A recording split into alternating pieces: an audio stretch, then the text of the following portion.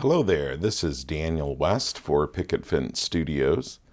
Happy to be here today to make a beautiful birthday card featuring the flowers stencil, some inks from Catherine Pooler, and this fantastic new die, the HB2U Word Die. We're going to start by adding some glitz ink with a life-changing blender brush onto the front of an A2 size panel of white cardstock, but through the flower stencil. Now I've placed it into the corner of a waffle flower mini media mat and just enjoying adding in these colors here. First yellow, then red, then some fuchsia.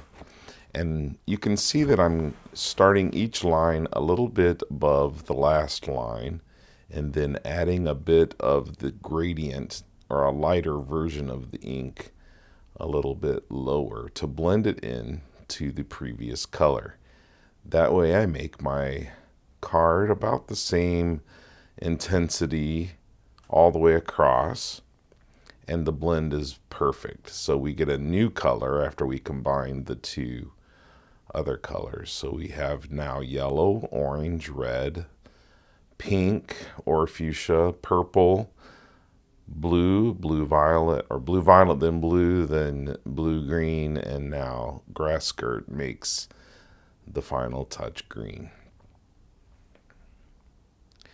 The big reveal shows this amazing ink blended background, and now let's top it up with a die cut using the HB2U Word Die. Just going to run it through my Spellbinders Platinum 6 machine 3 times, and then stack these 3 die cuts with some Barely Art glue. This is a wonderful liquid adhesive, and this is a fantastic die, super easy to stack.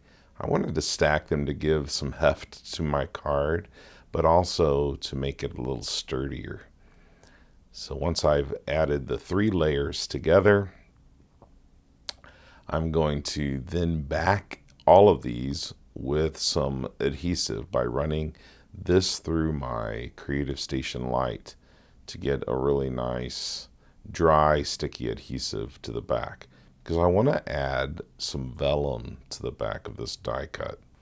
So I'm just going to lay it over the front of some vellum and trace it with a pencil. This is just a lead pencil, and I'm going to actually use this as my shadow behind my die cuts.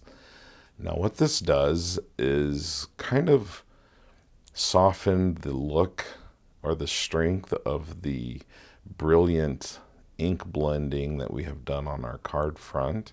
So this background will be softened a bit behind this die cut, and this will help make this die cut, the white HB2U die cut, stand out against that very colorful background.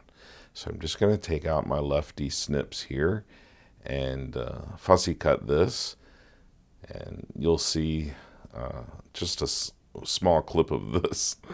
I don't want to show you all my fussy cutting, but it was pretty simple to do. Those are pretty smooth edges, not a lot of curves and sharp corners. So I just ran this HB2U die cut, stacked it 3 times, and then ran it through my Creative Station Light so that my adhesive is dry on the back when it hits the vellum and it doesn't wrinkle the vellum. Now I'm going to run this one through my Creative Station Light again to back the vellum with adhesive, and this way it doesn't warp once I get it down on the front of my birthday card.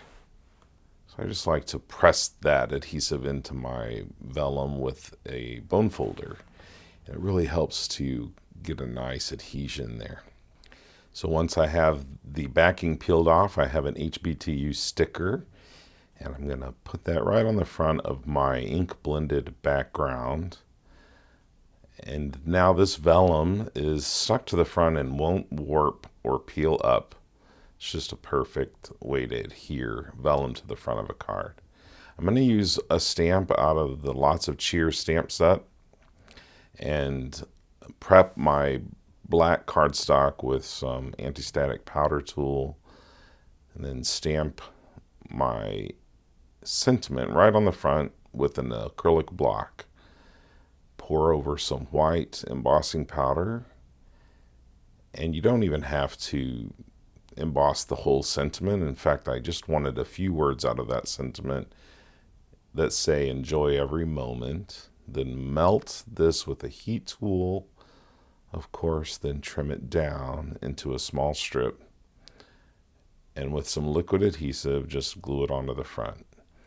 Then I'm going to make a zigzag of glue here to adhere my iridescent moonshine sequin mix there.